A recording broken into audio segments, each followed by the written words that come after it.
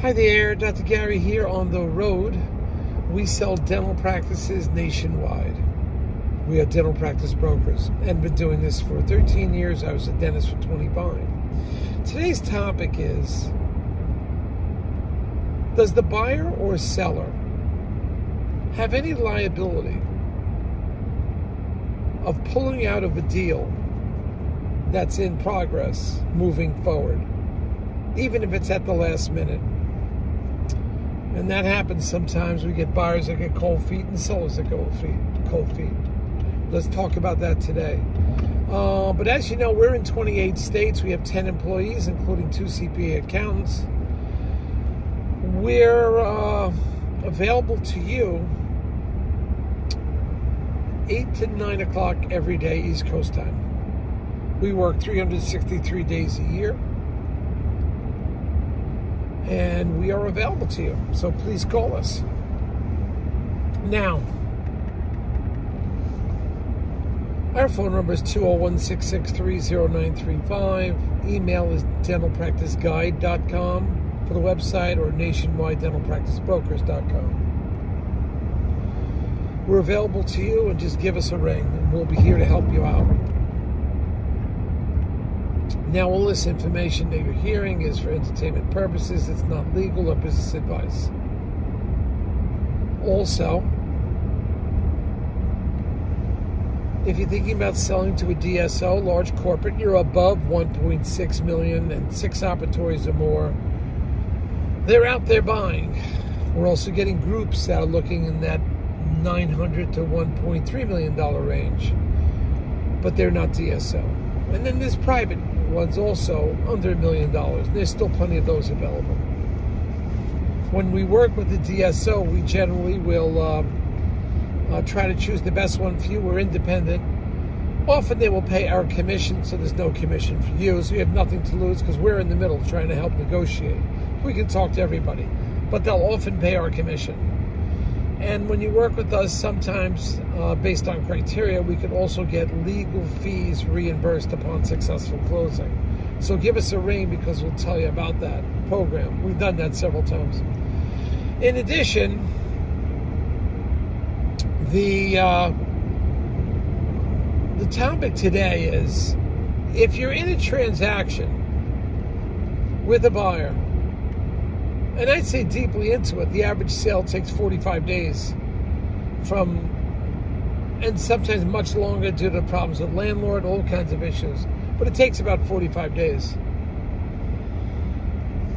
And if you're in, now it depends, did you sign a contract or not at this point? Like example, the state of New Jersey, you have to sign a contract before you go to closing because it has to be sent into the bulk sales tax is what they call it.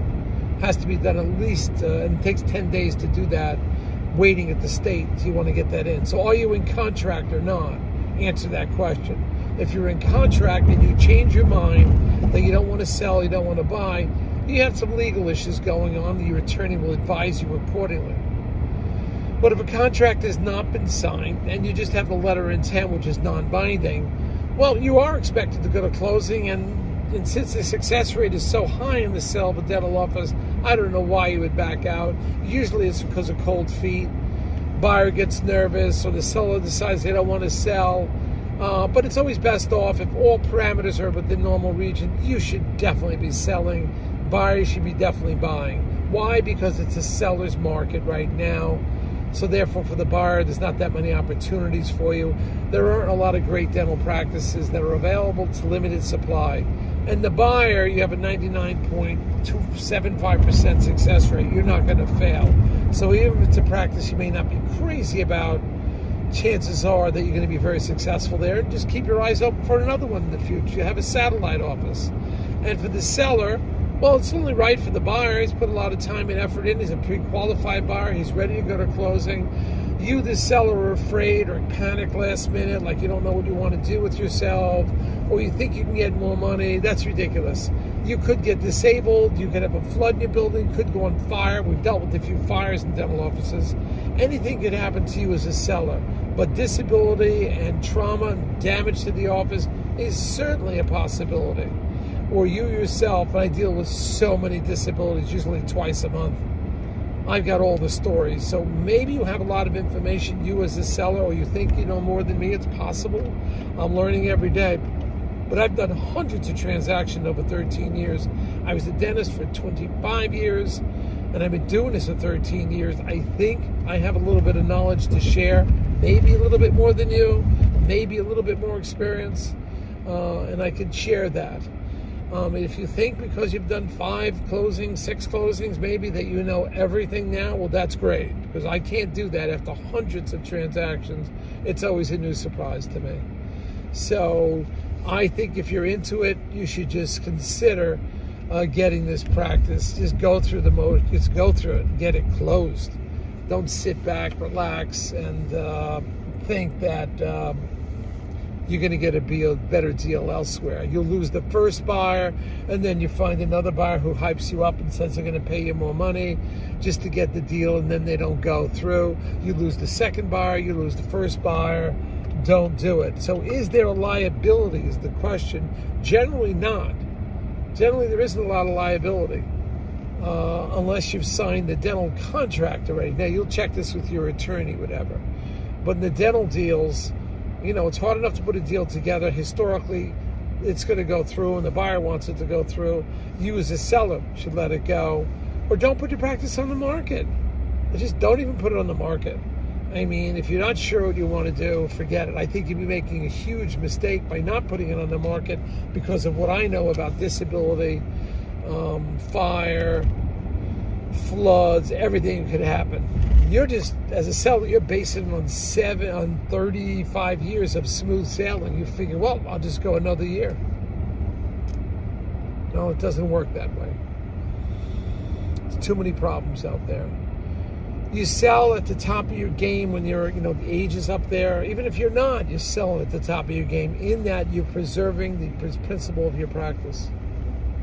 And then a buyer, if you have fear that you're not going to be able to be successful, you don't know what you want to do, you're shaking in your boots, and you got a great job with the DSO. Believe me, you're losing so much on available income through, you know, tax write-offs and such, that you're making a big mistake. You lose your autonomy as a buyer. You're not working on your dream. You're working on somebody else's dream.